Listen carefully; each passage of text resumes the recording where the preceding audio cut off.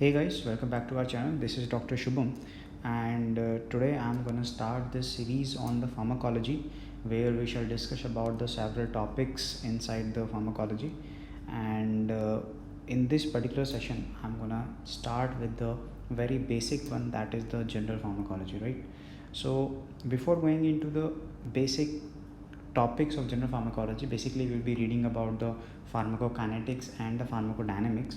Several MCQs you might see in your books, basically that they are asking you about the several aspects of the pharmacokinetics and the dynamics. These will be the major chunk points of our discussion. But before going into that part, we shall discuss about some of the important terms which we shall discuss in the introduction part of the general pharmacology, right? So I'm going to start with that part, and then we'll be starting with the pharmacokinetics, and then we'll discuss the pharmacodynamics. However, this particular session will be dedicated to the pharmacokinetics only, so I shall discuss about the important terms and terminologies regarding the pharmacokinetics.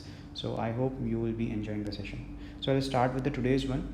So I'm going to start with this general pharma session, where we are starting with the intro part, right? So in the intro part, I want to introduce you to the first of all this particular subject, that is the pharmacology.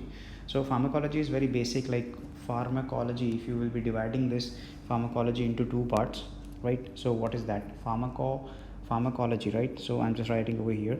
If you divide this particular term pharmacology, right? So what do we find over here, right? Just divide it like that. So basically, like pharma particularly means it is derived from the Greek word pharmakon, right? And pharmakon means basically the drug, right? And logi or logi, whatever you want to call it, it is the study basically, right? So in in our back time, like class 10th or 12th, I mean, we used to study many kind of logis, right? For example, biology was our main subject also. So logi means that is a study of something, right? So here we are gonna introduce ourselves to the study of the drugs basically. So that is the pharmacology, right? So that is very basic thing, right? Just for your orientation part, so because we are starting this subject. So pharmacology is like basically study of drugs and various kind of drugs we are using in our daily lives, in our practice, right? So that is the pharmacology, and it is a very important vital subject as far as our clinical practice is concerned, and as far as our exam point of view also. Many kind of questions are seeing actually. If you talk about the FMGE, right, that will be our main target over here. If you talk about the FMGE also, right, from the general pharmacology, 2 questions are always expected, or maybe it could be 3 also, but 2 are the minimum questions which you can expect from your pharmacology over here, from your general pharmacology. And in total, if you talk about pharmacology, will be consisting of around 20 to 22 MCQs in your whole among your whole 300 MCQs of your FMG exam, right? So this is very vital subject. And if you talk about the questions which are coming here and there in the medicine part, surgery part, like in the obs-gynae part also, like in various subjects, the pharmacology is the major need over there, right? And in our clinical practice also, we are actually heavily dependent on the pharmacology knowledge, right? So yeah, so just start with it. So as we know that this pharmacology basically means that it is the study of the drugs basically. So let me introduce you with this particular term, that is what? That is the drug, right? So what is this drug basically? Drug is nothing but it is just this is a chemical compound actually, right? It is a chemical compound in our hand, or it is a chemical which is having a known structure to us, chemical with a known structure that can, so a chemical with a known structure that can alter the pathophysiology of a human body, with a known structure that can alter the pathophysiology of our human body for therapeutic gain. Now what do I mean by that? That is the definition according to our textbook. But what do I mean by this particular definition? So it is very simple. For example, I am having some drug in my hand. Let's say in front of me there is a patient who is hypertensive right now, and I want to use the drug. Obviously that will be the antihypertensive drug. For example, I will be giving this tablet, antihypertensive tablet, to the patient. What will be my goal for this particular patient? My goal would be, what would be the goal that I'm looking for while giving this tablet to the patient? So my goal would be to reduce down the BP of this particular patient, right? So that would be the goal. So the goal, that therapeutic gain, what therapeutic gain I want from this particular drug? I want to decrease the BP of this patient, right? So that is a therapeutic goal. So whatever drug I am giving to this person to alter the pathophysiology of this patient for a therapeutic gain, that is the basically drug, right? So this antihypertensive drug will go to the body. Actually, this person will swallow the drug and it will readily absorb into the blood circulation, and then it will show its action. It will try to reduce down the BP of the patient, right? So that is the basic thing, that is the definition of the drug.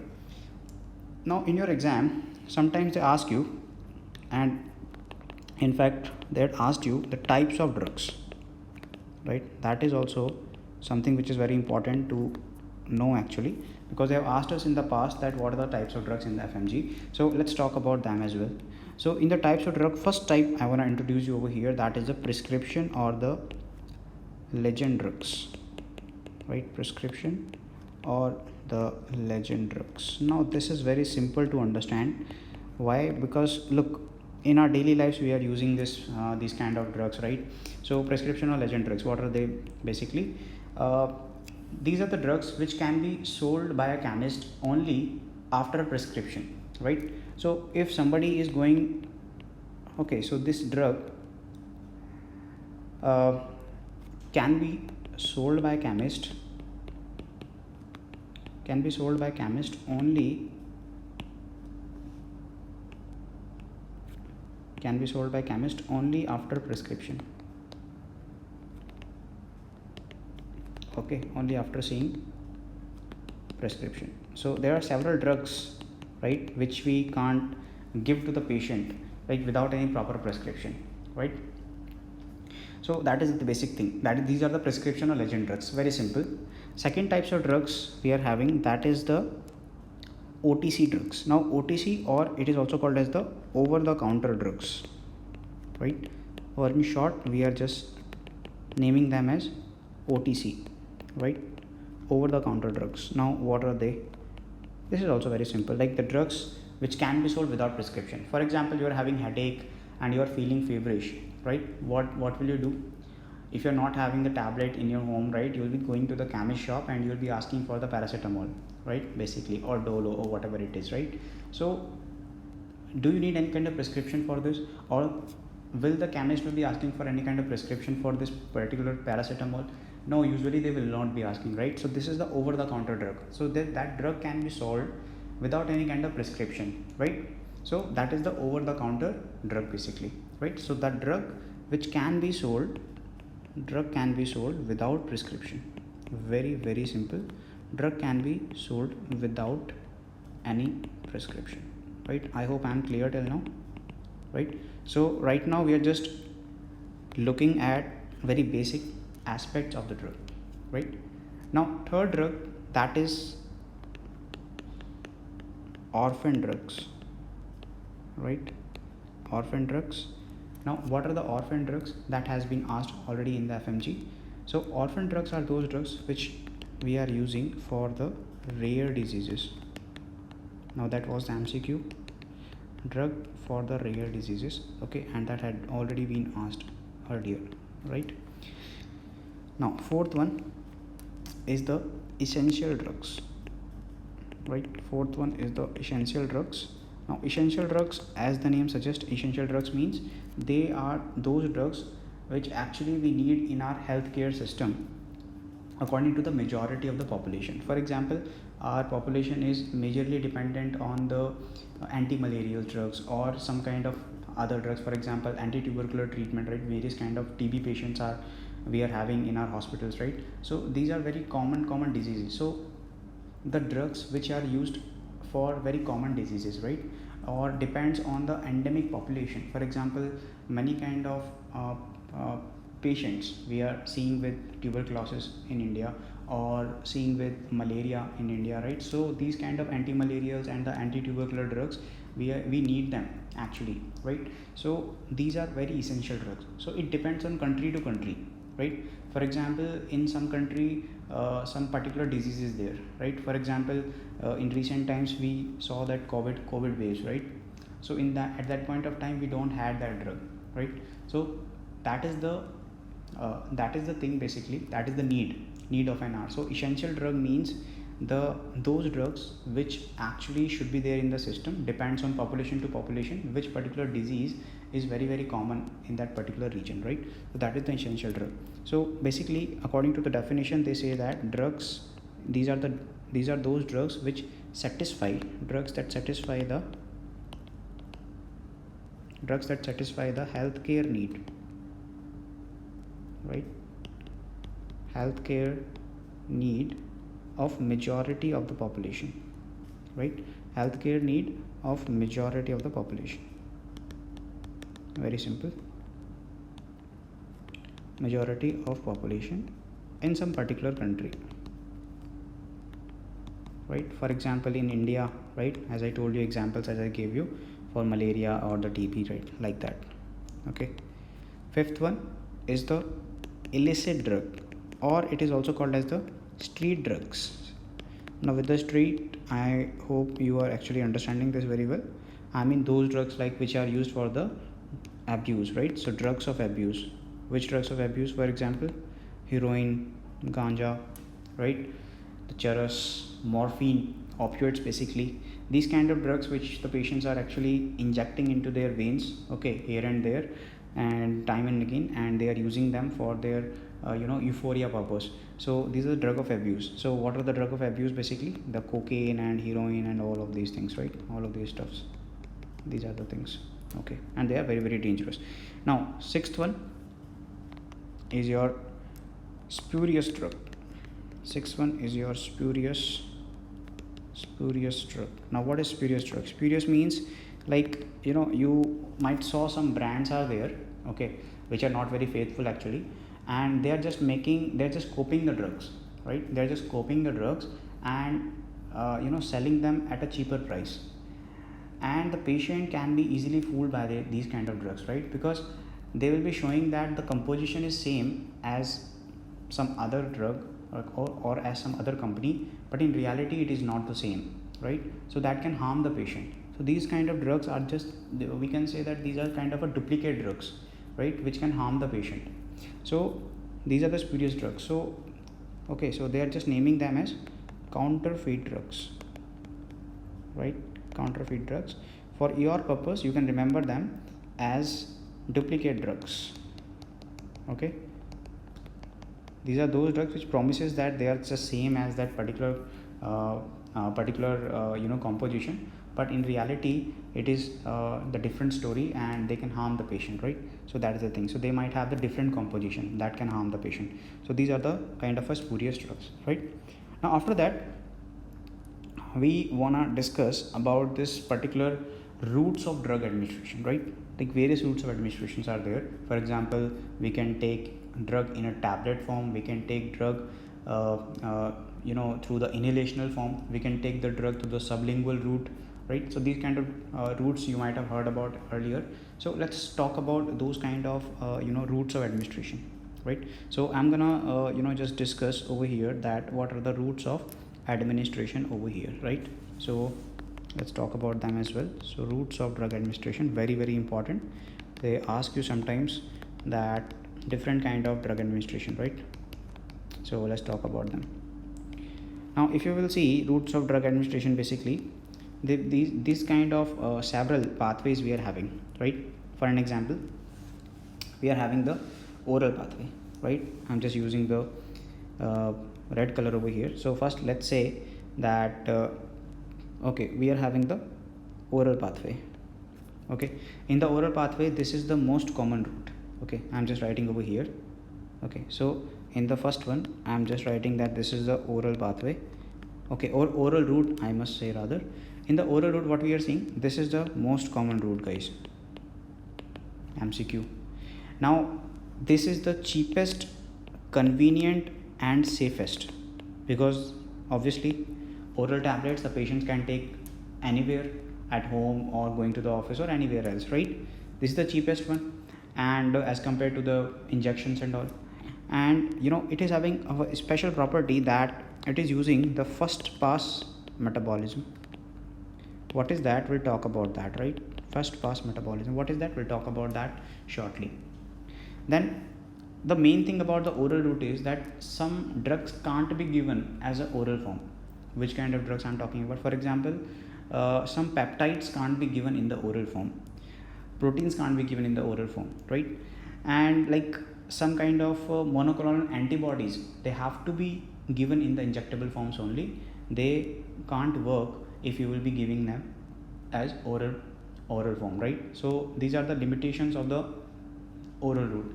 As I said that these oral route actually will be using the first pass metabolism.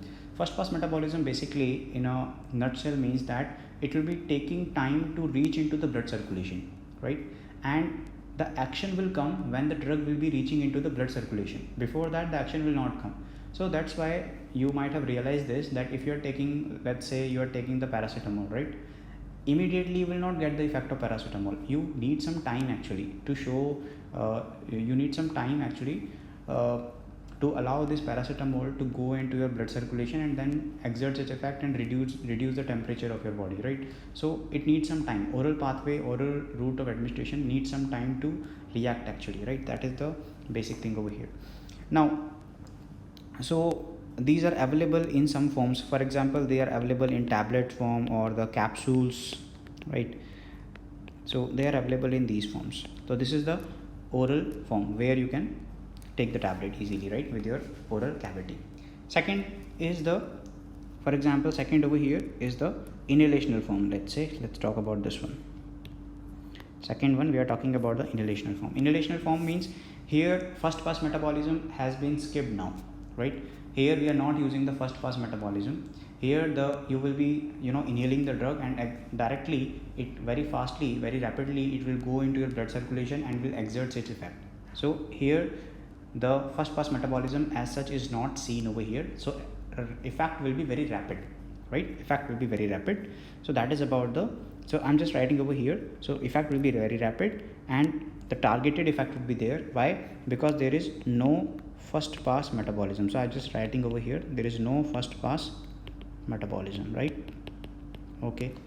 Next one is the, let's talk about the sublingual over here, right? Sublingual means, sub means under, lingual means tongue. So under the tongue, right? For example, we are giving under the tongue what tablets? Nitrates we are giving, for example. For nitrate is a vasodilator, or isosorbide dinitrate we are giving, right? Which is coming as a form of sorbitrate, as a brand name I'm saying. So isosorbide dinitrate, for example, right? We are giving it as 5 mg or 10 mg, right? So why we are giving that? So that there will be the dilation of the coronary vessels. For the heart patients we are giving them, right? Angina patients and all. So sublingual, again first pass metabolism is not there. First pass metabolism is skipped and again it will be giving the rapid effect, and there will be no first pass metabolism. It will be giving the quick effect. What are the examples? For example, nitrates you might remember as an example of this, right? Just giving the example. Now next route over here which we might discuss, that would be the, let's say talk about the injections. One of the injection, let's say talk about the IV route, intravenous route, right? Everybody knows this, like for example injecting into the vein directly, right? So this is the most rapid absorption effect, right? So I mean that here if you will be injecting the drug into the vein of some patient, right, we'll be getting the very quick effect over here. So intravenous route, what are the actually benefits over here? Let me write also. Oral route I wrote over there. Very important routes I'm just writing over here, mentioning over here, right?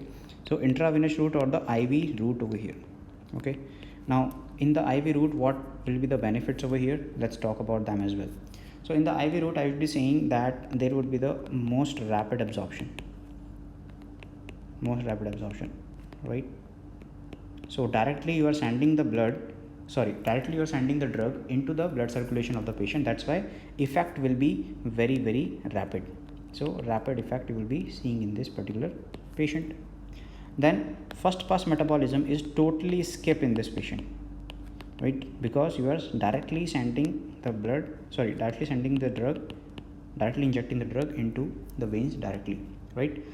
Now this is the only route of drug administration where bioavailability is 100%. Now what is bioavailability? I will talk about that in today's session only, so just wait for that. But for now, just believe me, what is bioavailability? Bioavailability would be 100% in the IV route of administration, and this was the MCQ, has been asked several times.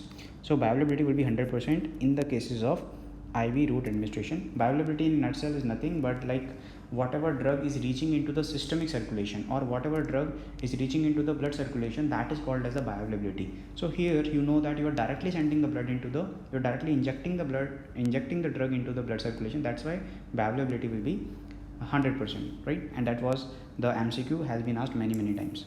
Okay, now let's talk about the next route over here, that is the intramuscular route. Okay, so that is what, fifth one, yeah, here. So that is the intramuscular route.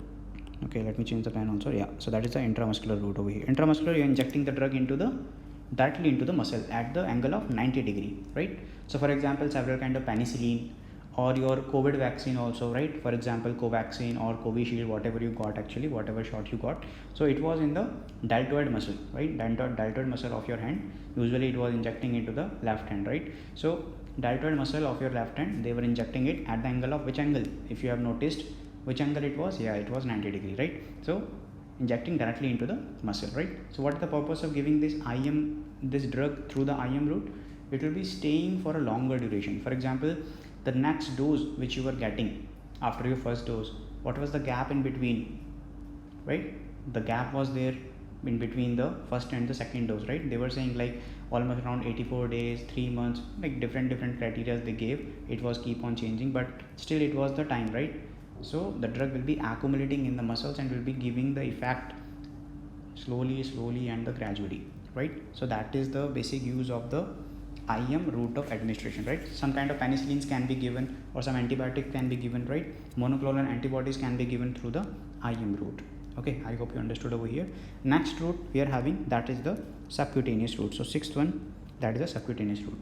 So subcutaneous route, here also we are talking about the long duration of action, right? So for example, in the subcutaneous route, some kind of insulin can be given, right? We are instructing the patient. For example, the patient is coming up with a type 1 diabetes. Here we need to inject the insulin, right? So the patient will not be coming to you again and again, right? So we'll be instructing the patient, we'll be educating the patient how to take the insulin, okay? And when not to take the insulin also, you need to instruct them, right?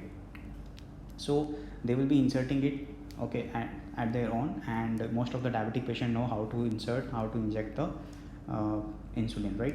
So right these days we are having insulin pens, right? So they can use it subcutaneously. So self administration is possible in this case, that is the subcutaneous route, right? So in this one we know that self administration is possible, right? Self administration is possible in this case in the subcutaneous route. For example, insulin, you know the better example, right? Now rectal, seventh one, let's talk about the rectal one also. So here is the rectal one, right? In the rectal, usually we are using the suppositories, or for example, the person, like for the pediatric patients also we are using the rectal route, right? For example, there are the febrile seizures in some kind of patient, right? So in that case, we can use the rectal diazepam, right? So that is the basic thing over here. Now here also we will be seeing the first pass metabolism, but it would be 50% lesser than the oral route. So if we talk about the rectal route over here, I don't have a space over there to write, so I'm just writing over here. So if you talk about the rectal route, right, so here also this particular pathway also will be using the first pass metabolism, but it would be 50% lesser than the, it would be 50% lesser than oral route, okay? That is the case. Now if we talk about next one, okay, let's talk about the next one over here. After the rectal, we are going to the transdermal route, okay? So for example, this is the transdermal route, that is, or which one, I think it would be the 8th one, right? So yeah, so this is the transdermal route. For example, which one we are having, why we are using transdermal route? If we want the effect for a longer time, right? Sustained effect we want. For example, for the patient is having pain, right? These days we are having the diclofenac patches, right? Diclofenac is an NSAID, non-steroidal anti-inflammatory drug. We'll talk about that in that section. So that is the diclofenac patch. Diclofenac patch we are using actually will be actually sticking on the skin surface, and gradually it will be exerting its effect, right? So that is that. Similarly, we are having a scopolamine patches for the motion sickness purpose, or for the prophylaxis of the motion sickness, right? So this is the transdermal route, right, through the skin that a patient will be having. That's patch will be, sticking on the skin surface, and gradually the drug will be exerting its effect. Then we are having a, okay, that is done. Then we are having a intradermal route. Okay, it is not given over here. Then we are having an intradermal route. Intradermal route is like slowly the drug will be absorbing. Okay, so that would be the intradermal, right? Like you are injecting into the skin, right? And the needle will be small in this case. Okay, so that, like various kind of route I told you over here. One more route is there. For example, let's talk about that also. Topical route. So in the topical route, we are applying what? Jellies, cream. For example, you are applying the cream over your skin surface, right? Or you are applying some diclofenac gel, for example, right? Or some other kind of drug you are applying, some dermatologist, for the dermatological purpose you are applying some cream on your skin surface. So that is what, that is coming in your topical route administration, right? Topical route administration. For example, you are putting some eye drop in your eyes, or you are putting some ear drop in your ears, right? So that is coming on in your topical route only. So that is very clear in our mind, right? So right, so one more route is written over here, that is the intrathecal route. Intrathecal, what it is? So intrathecal, we are injecting the drug into the subarachnoid space, right? That is for like surgery purpose, it could be, or something like that. So it will be having a rapid CNS effect. If you want the rapid CNS effect, for example, intrathecal, we want to anesthetize the patient, let's say, right? So for that purpose we are using which route? Intrathecal route, right? So that is the way. Then one route is there, intra-articular route. In that one, we are actually injecting the drug directly into the joints. Articular means joint, right? So that is also one of the route. For example, some orthopedicians are using the steroids, and they're injecting directly into the joints, basically, right? For what purpose? The purpose is same actually. That is your that is to reduce the pain, severity of the pain in the joints, basically, of those particular patients, right? So these are some of the route of administration, basically, as far as this drug administration is concerned, right? So we are done with the intro part. Now we will be basically discussing about the main fish of this particular pharma topic in this particular general pharmacology. That would be the pharmacokinetics, right? So we'll talk about now about the pharmacokinetics, basically.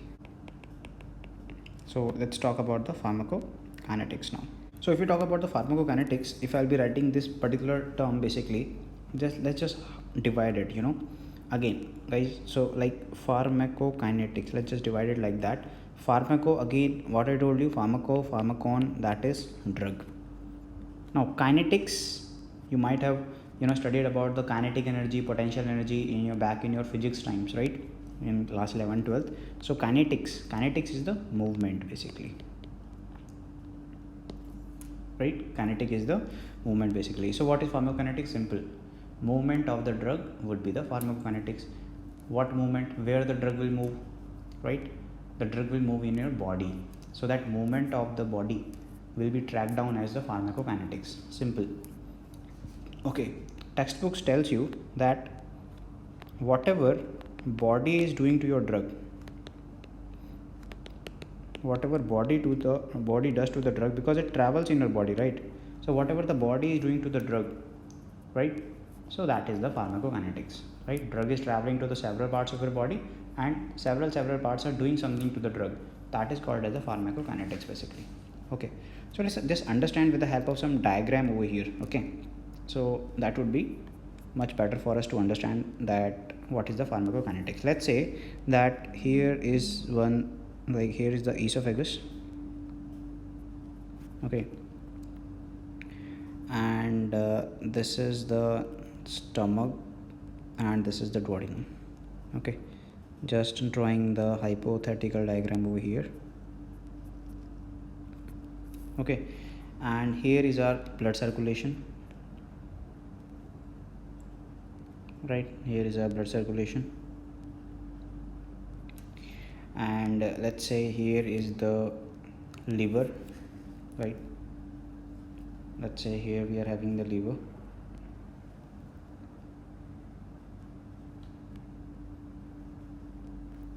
Okay, and let's draw the kidney somewhere also, because we'll be needing them.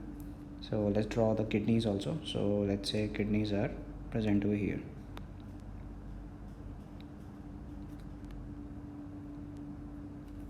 Okay, the ureters are coming like that.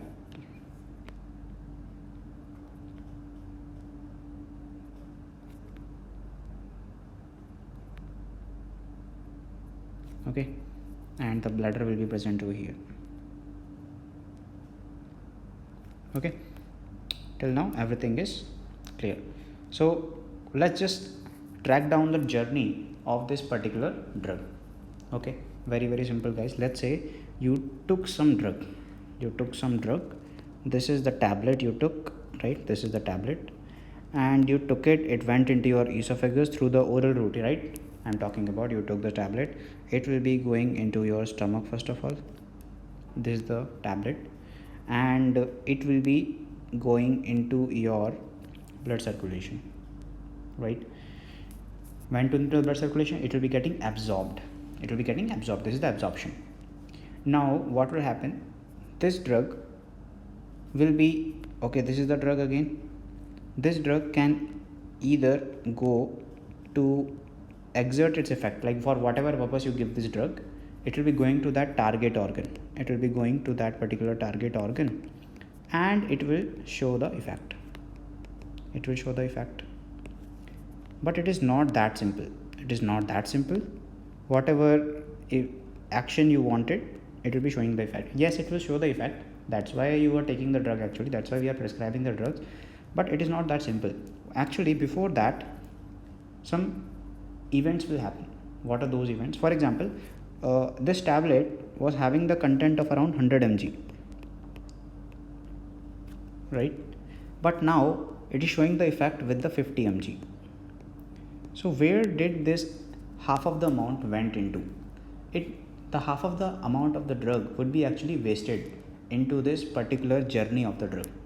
Okay, so bioavailability, what is the bioavailability in this case? Only 50%, isn't it? Because what was bioavailability? I told you, bioavailability is the amount of drug reaching into the circulation to exert its effect. So what's the bioavailability in this case? Just 50%. So 100 mg you took, so the wastage of the drug happened over here. So what is the wastage? Where did this drug went into? Let's say here are some tissues present over there, right? Here are some tissues. Okay, and tissues are making up your organs. So what will happen actually?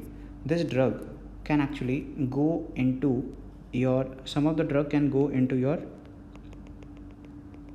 tissues and can actually deposit over there. Okay, so first of all, what happened? Right, first of all, what happened? Here you had the absorption of the drug into the blood circulation. This is called as absorption.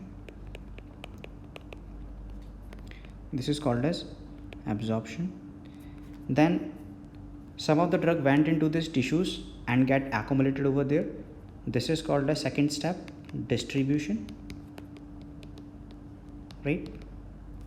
After this distribution, some of the drug went to the target organ and hence exerted its effect. But still, some of the drug will travel back.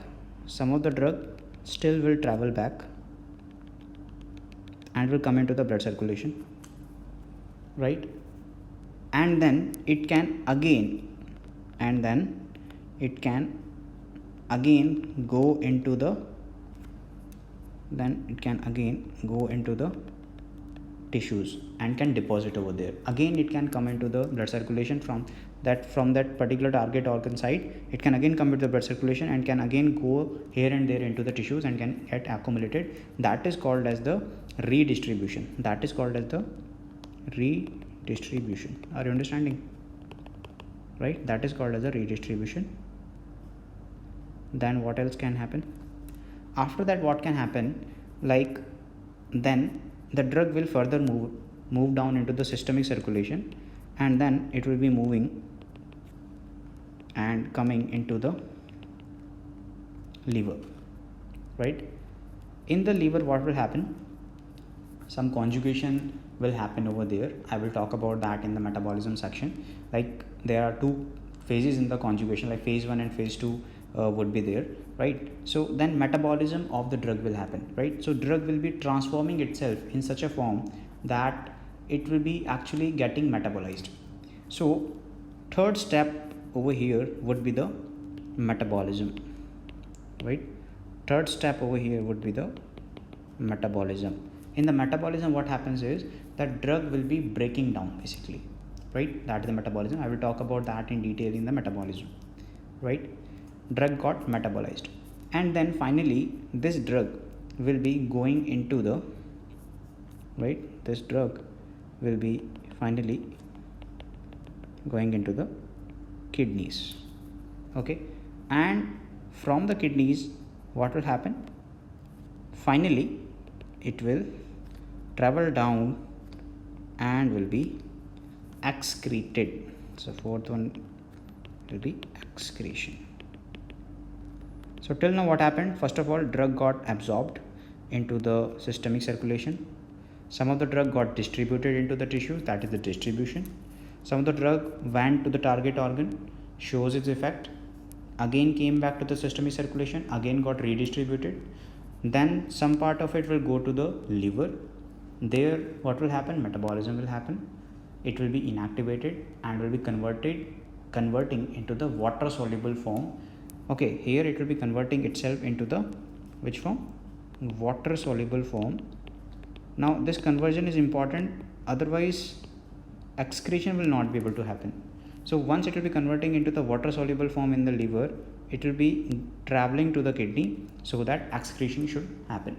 So whatever drug, whatever thing is not belonging to our body should be excreted after some particular time, right? For example, you are taking some kind of tablet, right? You have to, so this drug should leave the body. Some drug will be leaving your body after some hours. Some drug might leave your body after a few days.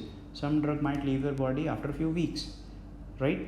So it depends on drug to drug actually. It depends on half-life of the drug actually. But the drug should excrete out. The drug is supposed to leave your body because it does not belong to your body. It will be showing its effect and that's it. What is the purpose of giving the drug? What is the purpose of taking any kind of tablet? To show its effect, right? We want something. For example, we want to reduce the temperature, or we want to decrease the BP, right? Or we want to reduce the pain of the patient, for example. So different effects we are taking the tablets and all, right? Drug and all. So absorption, so in a nutshell, absorption, distribution, metabolism and excretion, these are the 4 phases in the pharmacokinetics, right? So just summarizing what is the pharmacokinetics, we are gonna deal with the 4 things over here. One is absorption, second is distribution of the drug, third is metabolism of the drug, and fourth one is the excretion of the drug finally, right? Okay, now once we are clear with this one, we are gonna step by step discuss the pharmacokinetics over here, right? So this particular session, as I said, will be discussing about the pharmacokinetics. So first vital event in the pharmacokinetic is the absorption of the drug, right? Now to understand this particular part over here, right, this particular part over here, absorption, how the drug is actually from the stomach going into the blood vessel lumen. So let's understand that as well. For example, here is the membrane of this particular blood vessel, or I would say it is the particular lipid membrane. This is the membrane basically. Membrane is made up of lipid basically, right? And in between that you are having a proteins. So okay, so what I want to discuss over here is, for example, here are some pathways also. For example, let's say here on this side we are having the intestine. On this side we are having a intestine, because from the intestine only the absorption is supposed to happen. And on this side we are having a blood vessel. Let's say this side we are having a blood vessel. So absorption of the drug has to happen from the intestine into the blood vessel, right? So if the drug, let's say if the drug is water soluble, if the drug is H2O, I'm writing with water, like H2O soluble or water soluble drug, right? If the drug is water soluble, right, it needs some kind of aqueous channel. Okay, there would be the aqueous channel in between, right? There would be the aqueous channel in between, and the drug will be passing through into the blood vessel through this aqueous channel. This simple process is called as the filtration. This simple process is called as the filtration, right? Very simple. Now let's say the drug is actually lipid soluble drug. Let's say the drug is lipid soluble. Now what will happen? Lipid soluble do not need any kind of aqueous channel over here. By the way, what was this? This was the aqueous channel. Okay, now this lipid soluble drug do not need anything. It is lipid soluble. Lipid soluble drugs actually do not need any kind of medium. They will be just passing through the membrane just like that. This is the beauty of the lipid soluble drug. So here what we will see is, here the drug will be not needing as such anything, and this will be called as the passive diffusion. This will be called as the passive diffusion, right? In regard to this absorption only, we shall discuss about two more terms over here. One is the ionization and another one is the unionization. So let's talk about them as well.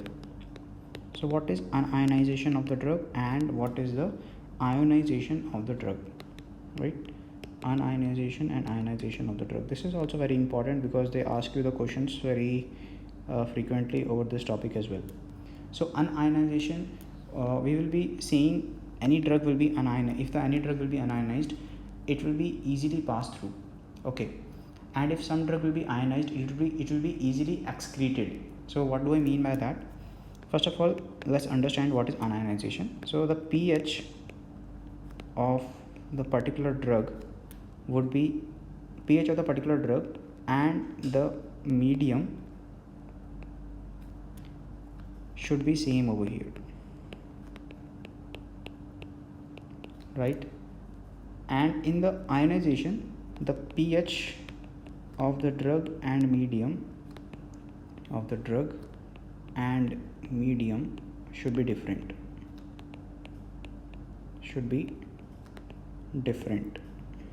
right? So for an example, maximum unionization of the drug will be happening in the stomach. So maximum unionization happens at in the stomach, right?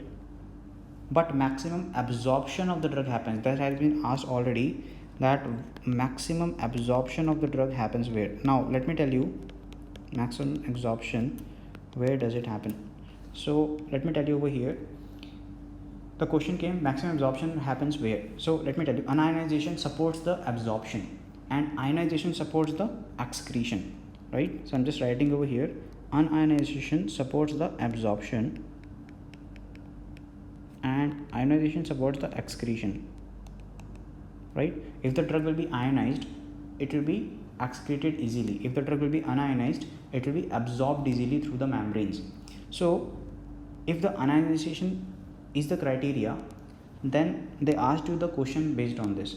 Now unionization is maximum in the stomach region. So if they are asking you maximum absorption of the drug will happen where, so according to this concept, maximum absorption will be happening in the stomach.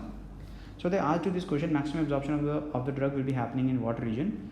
Okay, so option will like stomach, liver, small intestine, kidney, like that. So answer is not stomach over here, answer rather is the small intestine, right? So this question has been asked earlier. So now why it is small intestine? The answer is because small intestines are having the maximum surface area.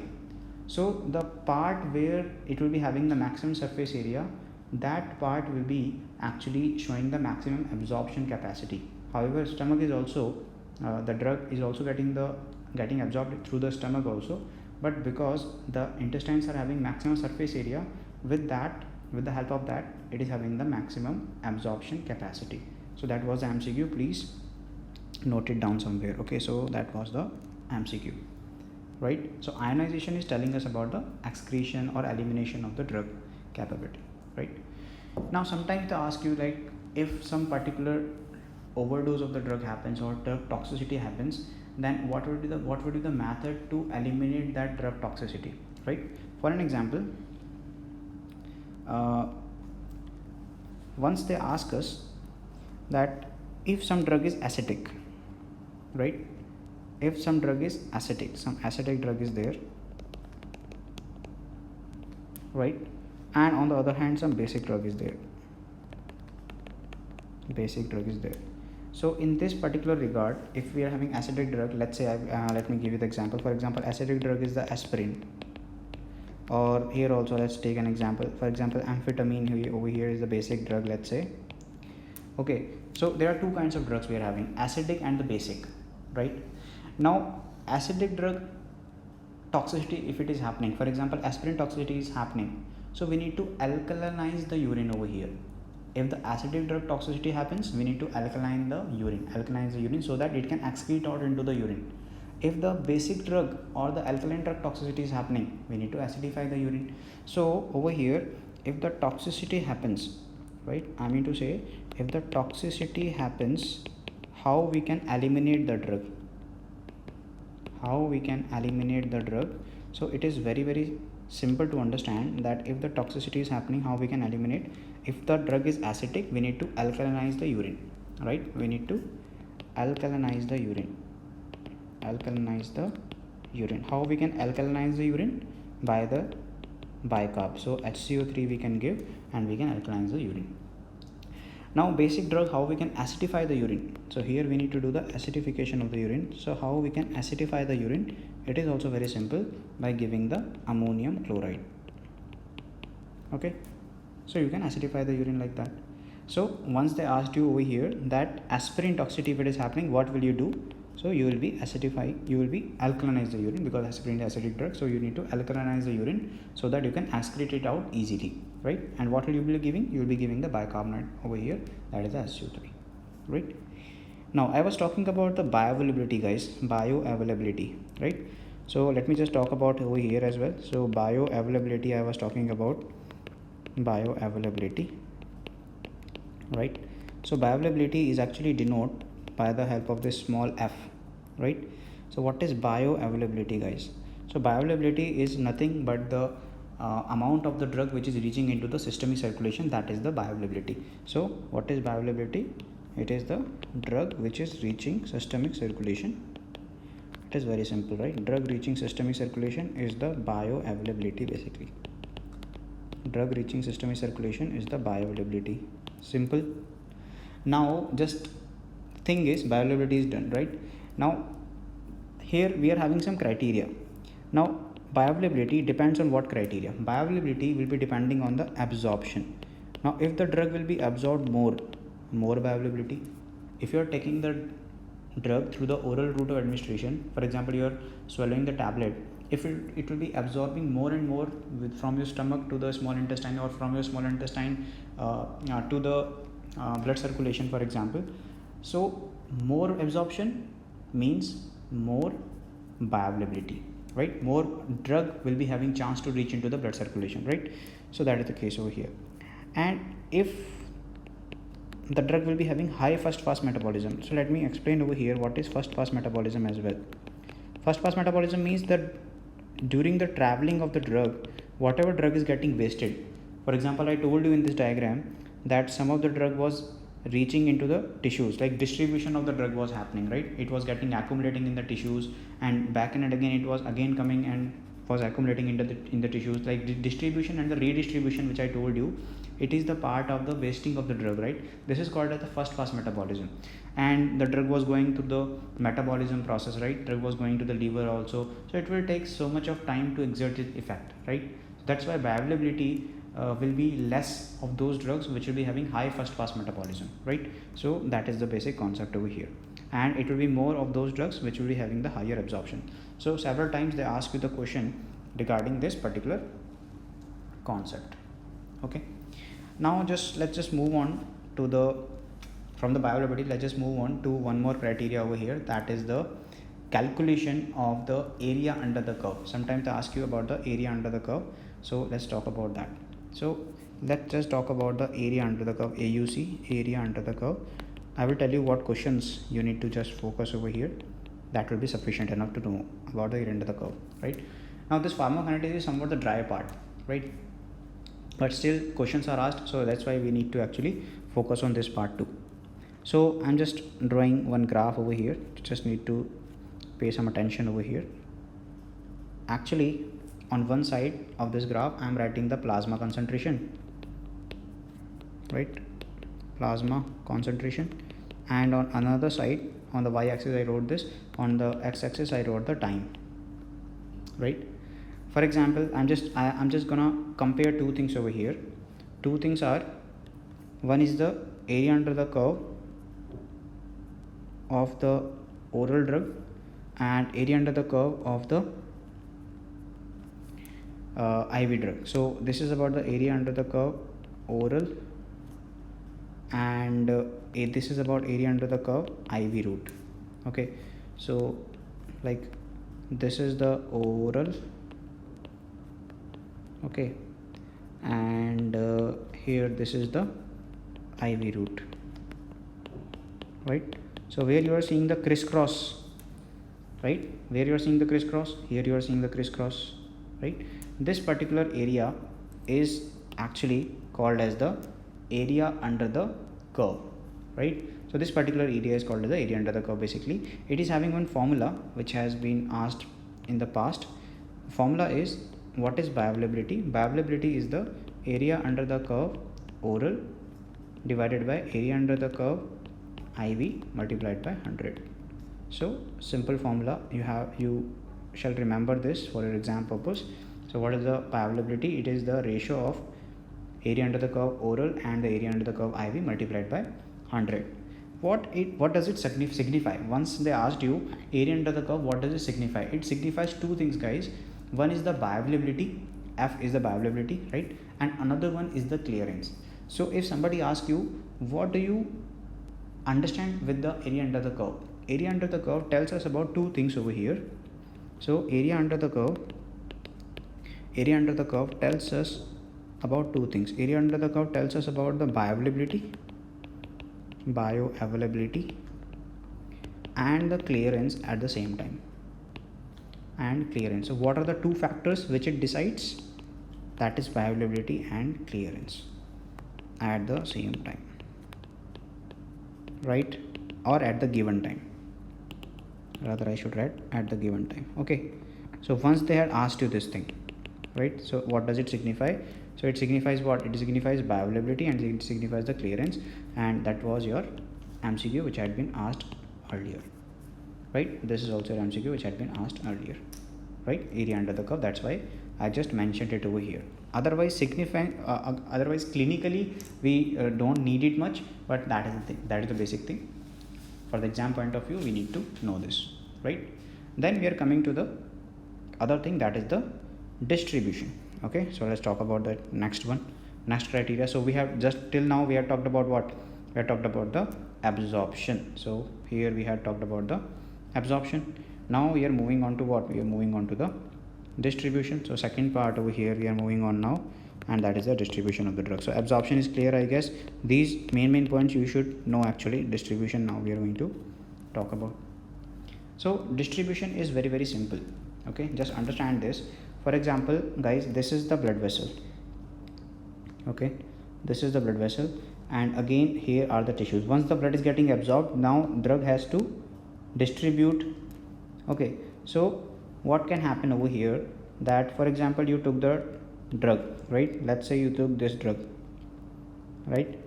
Now what will happen? What I told you, it is getting distributed, right? It is getting distributed. So if any kind of drug is having the high volume of distribution, it will be having more chances to accumulate in the organs or tissues.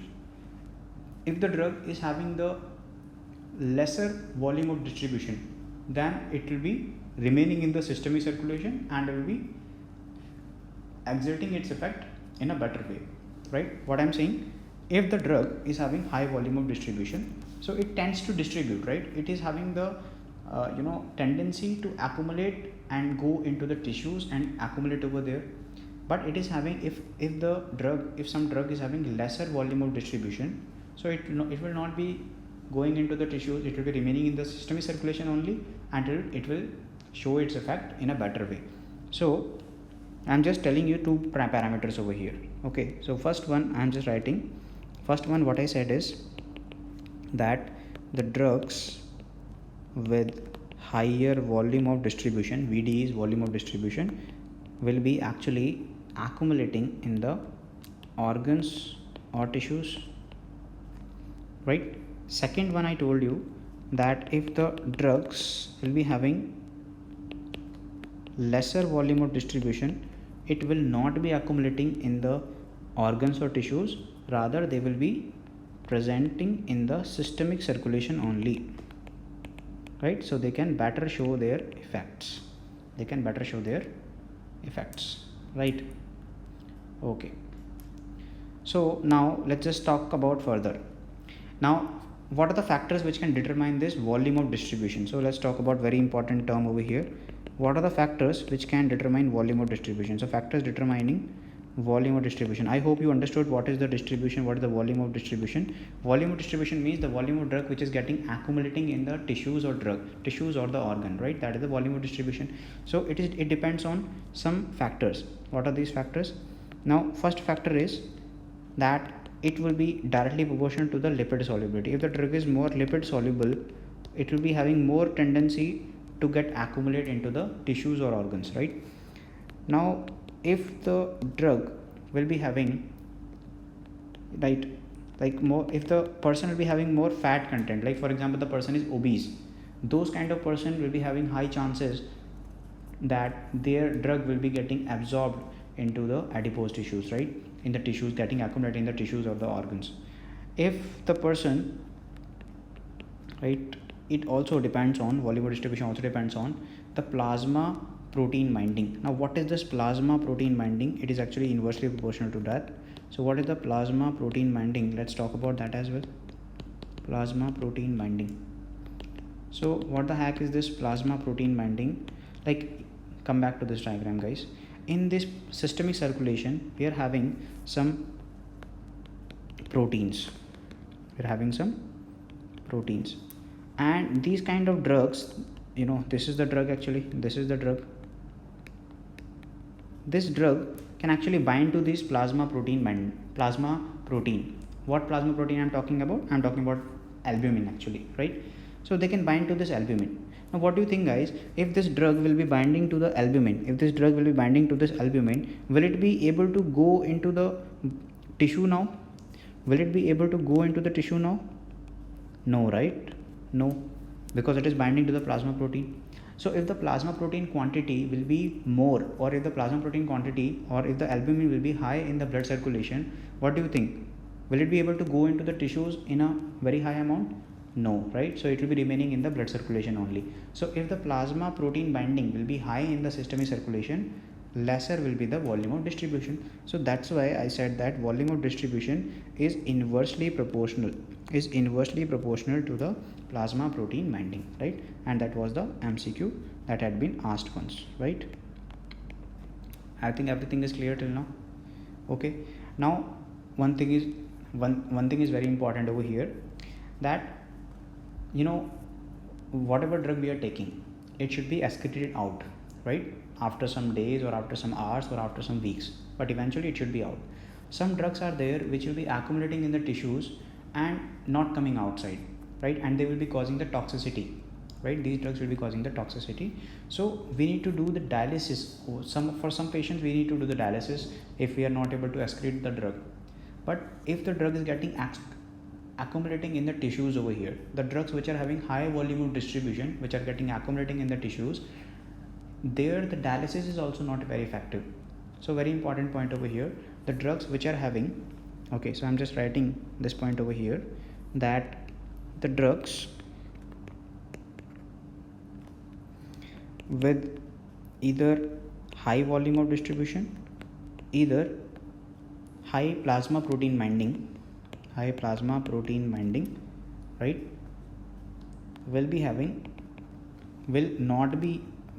would rather say will not be able to excrete from the body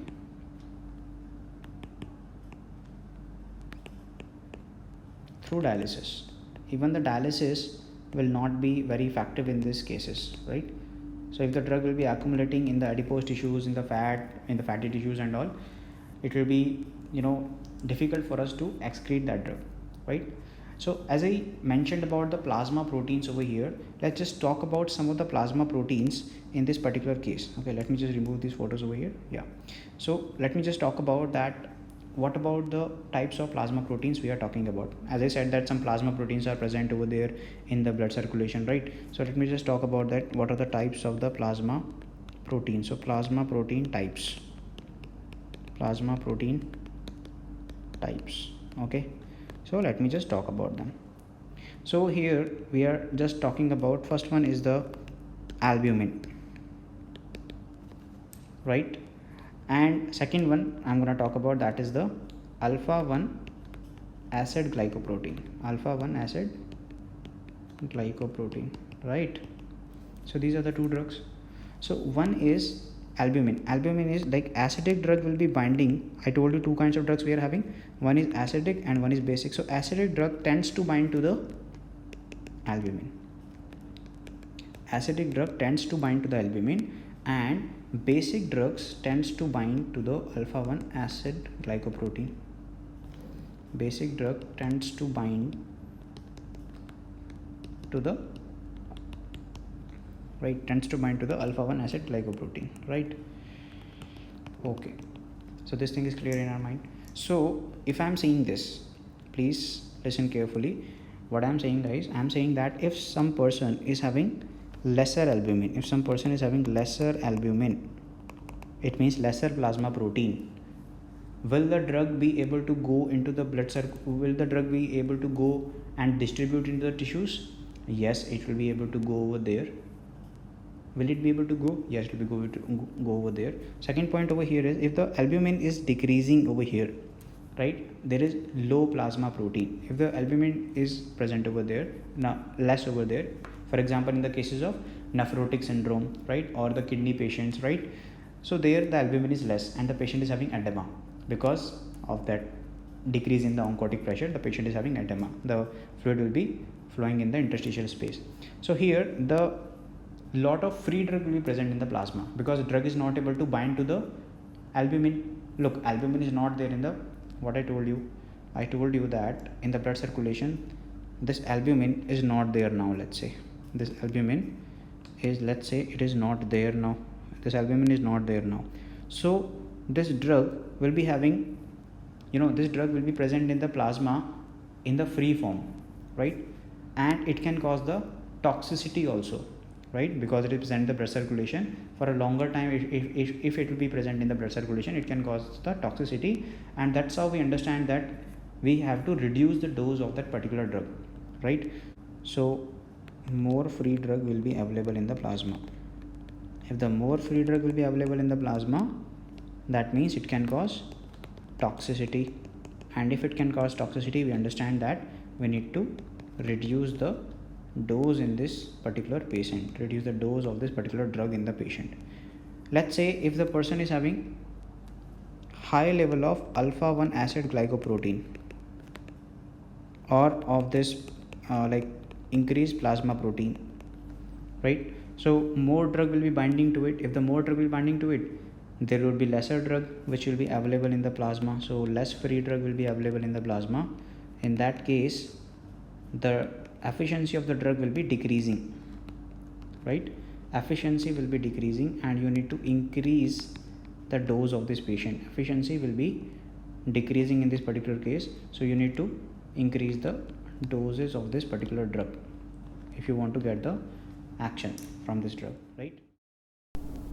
So once we are clear with this, we shall move on further to two important terms over here, that is the loading dose and the maintenance dose, right?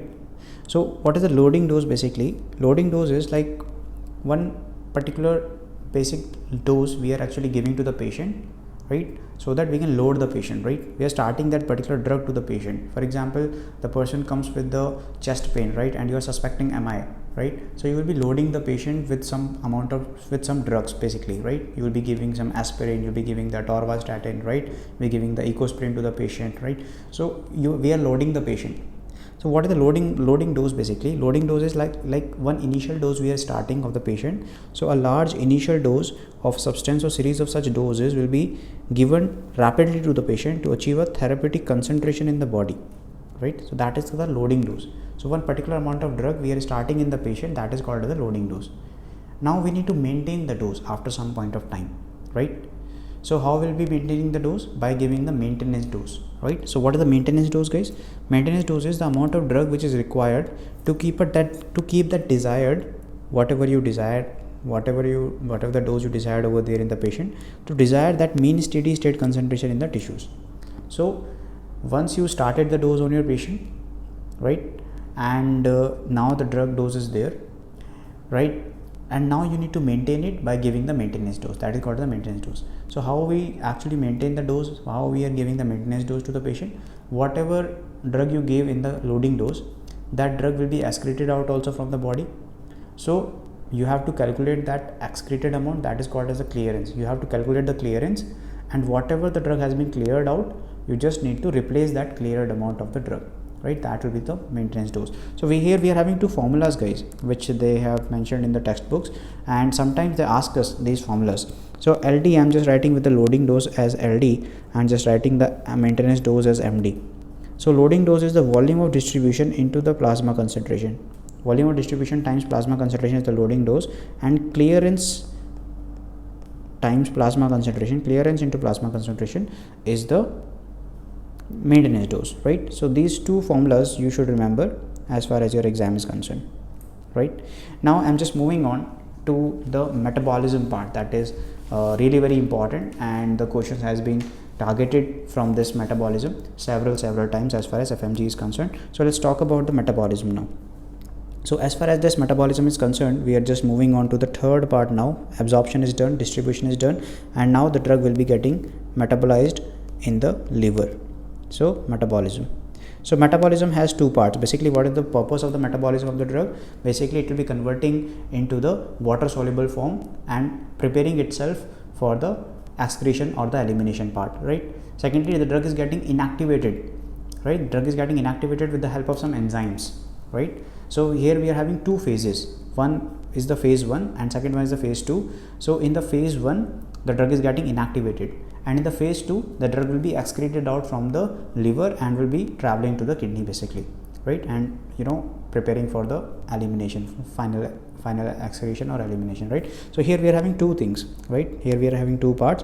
One is the phase 1 and another one is the phase 2, right? Very simple, in very simple words, right? I'm just writing over here, one is the phase 1, one is the phase 2. In the phase 1, phase 2, let me tell you in the very simple words. In the phase 1, basically, just remember the drug is getting inactivated. So inactivation of drug is happening in this phase. Inactivation of drug is happening in this phase. Inactivation of drug, in very simple words I'm telling this. And in this phase, right, excretion of drug is happening, right? In this phase, excretion of drug is happening. Excretion of the drug, right? Now excretion of the drug is happening. Now just remember over here, in the phase 1, the drug is getting metabolized by some enzymes. The drug is getting metabolized by some enzyme, and this enzyme is the cytochrome P450 enzymes, right? Very famous one. They are present in the liver. Cytochrome P450 enzymes, okay, CYP450 enzymes, and these are called as the microsomal enzymes. Very important, guys, microsomal enzymes, okay, these are called as the microsomal enzymes, CYP450, phase 1. In the phase 2, they are also getting metabolized by the several methods. They are getting metabolized by the several methods, like they are getting metabolized by glycination, glutathione, methylation, sulfation, acetylation, glucouronidation. But the main important point for us is what important method for us is, what has been asked repeatedly in the exam is, that is the acetylation. So I'm just remembering, I'm just mentioning over here the drugs which are getting metabolized by the acetylation, drugs getting metabolized by the acetylation, right? So if I'll be mentioning about each and every method, so it will be like so much of boring, and it is not necessary also, because that has not been asked earlier in the exams. So we'll just study what has been earlier asked, okay, and it will be asked in the future examination also. So acetylation method over here, so these drugs which are getting metabolized by the acetylation, they are also very important, so we need to just remember them, okay, and you have to remember them, okay, there is no other way. I'm just remembering them by the help of HIPS, okay, by this mnemonic. So H for it's hydralazine, and believe me, you have to remember everything, like HIPS, whatever drugs I'm just telling you over here, isoniazid, I for isoniazid, P for procanamide, and S for sulfonamide, right? You have to remember all these drugs. Question comes like, which of the following is not metabolized, which of the following drug is not metabolized by the acetylation, or which of the following drug is getting metabolized by the acetylation? You have, like, several options will be given, you have to identify that, right? Okay, so it is very, very important MCQ, just telling you, right? So read it very carefully. Now these are the drugs which is getting metabolized by acetylation, okay, we have talked about that part. So from the phase 2, you have to remember what? You have to remember this part, that drug getting metabolized by the acetylation. From the phase 1, what you need to remember, I'm just telling you, microsomal enzymes or the cytochrome P450 enzymes. In the cytochrome P450 family also, there are several kind of drugs which are getting metabolized by several series of enzymes. For example, phenytoin, warfarin are getting metabolized by CYP2C9, but like we don't need to remember that much. Just need to remember, what we need to remember is basically the drugs which are enzyme inducers and the drugs which are enzyme inhibitors. So let's just talk about them. One is a microsomal enzyme inducer and one is a microsomal enzyme inhibitor. So what are the drugs which are microsomal enzyme inducers? We can remember them with the help of this mnemonic, that is the GPRS cell phone. So G for greaseophulvin, phenytoin, rifampicin, S for smoking, C for carbamazepine, and P for phenobarbital. Okay, this has been asked several times. And microsomal enzyme inhibitors, we can actually remember them with the help of Virat Kohli can cause enzyme inhibition, or vitamin K can cause enzyme inhibition, whatever way you like. So valproate, ketoconazole, cimetidine, ciprofloxacin, erythromycin, and isoniazid. Okay, so they generally ask you which of the following drug is not the enzyme inhibitor, which of the following drug is not the microsomal enzyme inducer, or vice versa. Okay, they might ask you like that. So this is very, very, very important. Okay, you need to remember this. Fine. Once we are done with this part, then we are moving on to what? We are moving on to the next part over here, that is the excretion of the drug, right? So fourth part, very, very vital one, that is the excretion of the drug, right? So as far as excretion of the drug or elimination of the drug is concerned, we need to remember over here two things, guys. Either the drug could be lipid soluble, either the drug could be water soluble. So if the drug is water soluble over here, it will be excreted through the kidneys. If the drug would be lipid soluble, then it will be getting excreted through the lungs or the liver. Okay, that is the thing. So if the drug is lipid soluble, L for lipid soluble, L for lungs, L for liver, right? If the drug is water soluble, kidneys is having water, right? So it will be excreted through the water, or I mean the kidneys. So one formula is there which you shall remember over here, and that has been asked time and again, that is the rate of drug elimination. Rate of drug elimination, that is also called as a RDE, rate of drug elimination, is equal to drug clearance times plasma concentration. PC is plasma concentration. So this is the formula which you might remember actually for your exam purpose. RDE, rate of drug elimination, equals drug clearance into the plasma concentration, right? And here we need to talk about, in the elimination part, we need to talk about two basic important concepts over here. One is the first order kinetic and another one is the zero order kinetics, that you need to remember over here in the elimination part, right? So drug will be excreting into the kidneys. Usually the drugs are water soluble, okay, or if some drug is lipid soluble, not able to excrete, then we have to convert it into the water soluble form, and then the drug will be excreted out from the body. So some drugs follow the first order kinetics, some drugs follow the zero order kinetics. Okay, so for that purpose we need to discuss this table. So let's just talk about this table particularly. So what is the zero order kinetics, first order kinetics? This is very important table for your exam purpose. So please do not ignore this at any cost. So zero order kinetics, basically rate of elimination is independent of the plasma concentration. This is already a MCQ, right? Has already been asked. And in the first order kinetics, we see that rate of elimination is directly proportional to the plasma concentration, right? Rate of elimination is directly proportional to the plasma concentration. In the first order kinetics, the clearance is remaining constant basically, and the half-life is also constant. So particularly what we are seeing is a particular fraction of the drug will be getting excreted out. That is the first order kinetic. Constant fraction of a drug will be getting eliminated per unit of time. And most of the drug follow the most of the drug follow the first order kinetics. If you talk about first order kinetics, half-life is constant, clearance is constant fraction of the drug will be eliminated per unit time, and most of the drugs are following the first order kinetics. Here the rate of elimination will be directly proportional to the plasma concentration. In the zero order kinetics, the rate of the elimination do not depend on the plasma concentration. There is no relation with that. Here the clearance is more at low concentration and will be less at the high concentration. Okay. Half-life less at the low concentration, more at the high concentration. So vice versa, clearance and half-life. Okay. Now constant amount of the drug will be eliminated per unit time in the zero order kinetics. Here in the first order I told you constant fraction. Here I am telling you constant amount. So please note that. Then only few drugs follow the zero order kinetics. Okay. Most of the drugs follow the first order kinetics. That was also MCQ, right? That has already been asked, right? Now they had asked you time and again that drugs which are following the zero order kinetics. This is very important topic. You can remember them with the help of 0 watt power. So warfarin, alcohol or aspirin, theophylline, tolbutamide and phenytoin, these are the drugs which are following the zero order kinetic, right? In a nutshell, again, zero order, first order, zero order rate of elimination is constant, clearance will be inversely proportional to the plasma concentration, and half-life will be inversely proportional to the plasma concentration. In the first order, clearance is constant, half-life is constant, and rate of elimination is directly proportional to the plasma concentration, right?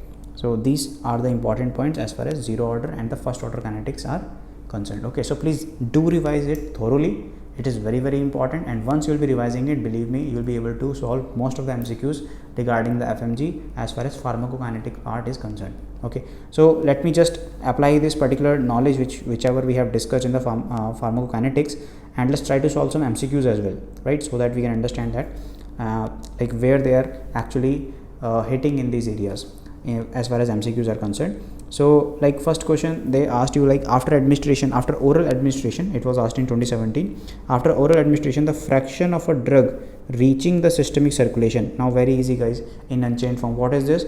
Yes, I can hear the answer. Please be loud and clear. That is the bioavailability, right? That is the bioavailability, no doubt about it. So that is the bioavailability. Next question is 100% bioavailability is seen, that I also discussed. That is the, yes, very easy. 100% bioavailability will be seen in the intravenous route, and 100% of the students will be able to answer this question after seeing this discussion. True about zero order kinetics. So that I told you guys, yeah, you have to just repeatedly go on through that particular table and you will be able to answer this.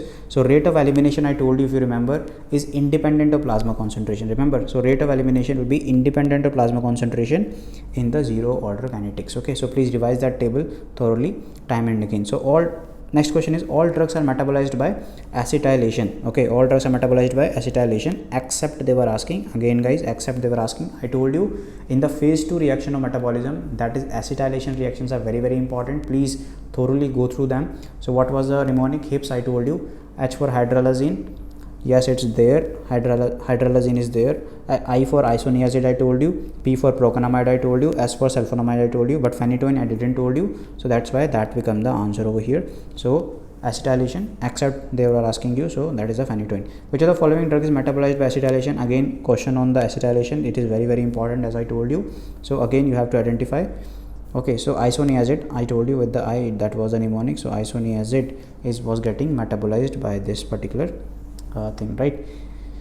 Now next question is, true about highly ionized drug. Highly ionized drug, I told you, right, they will be Yes, excreted, right? So they will be excreted by the kidneys. So highly ionized drug, they are preparing for the elimination purpose. So excreted from the mainly by the kidneys. Which of the following drug is an enzyme inducer? Remember that table I told you? Enzyme inducer, GPRS cell phone, and R for rifampicin was there. So R is rifampicin, right? Please go through that table. You will be confident enough to answer. They were asking you enzyme inducer. In the next question, they ask you enzyme inhibitor except, right? So very important table. I told you Virat Kohli or vitamin K can cause enzyme inhibition. So like that was a mnemonic. So over here everything is given, right? Like V for valproate is there, and then cimetidine is also there, can cause. So C for cimetidine, enzyme inhibition, right? So that is the thing over here.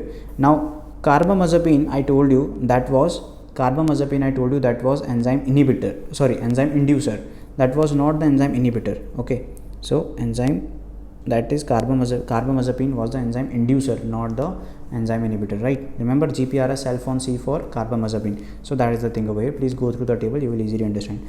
Which is the best way, next question is, which is the best way to manage a patient present with aspirin poisoning? This I also discussed.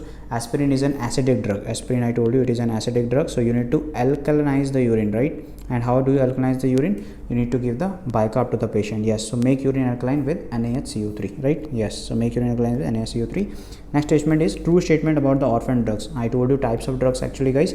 I told you illicit or spurious drugs, right? OTC, over the counter drugs, right? So prescription drugs and all. So over there I told you orphan drugs also, they are used for the rare diseases, right? So they are used for the rare disease. Everything we have discussed, right? So these are the questions which we can hit upon as far as this pharmacokinetics is concerned. I hope you enjoyed the discussion. Please go through it time and again so that you can easily understand this, and the important tables and the mnemonics which I discussed, it would be very helpful to hit over those topics which are actually coming in an exam repeatedly. So thank you so much for joining this one. I will see you in the next one.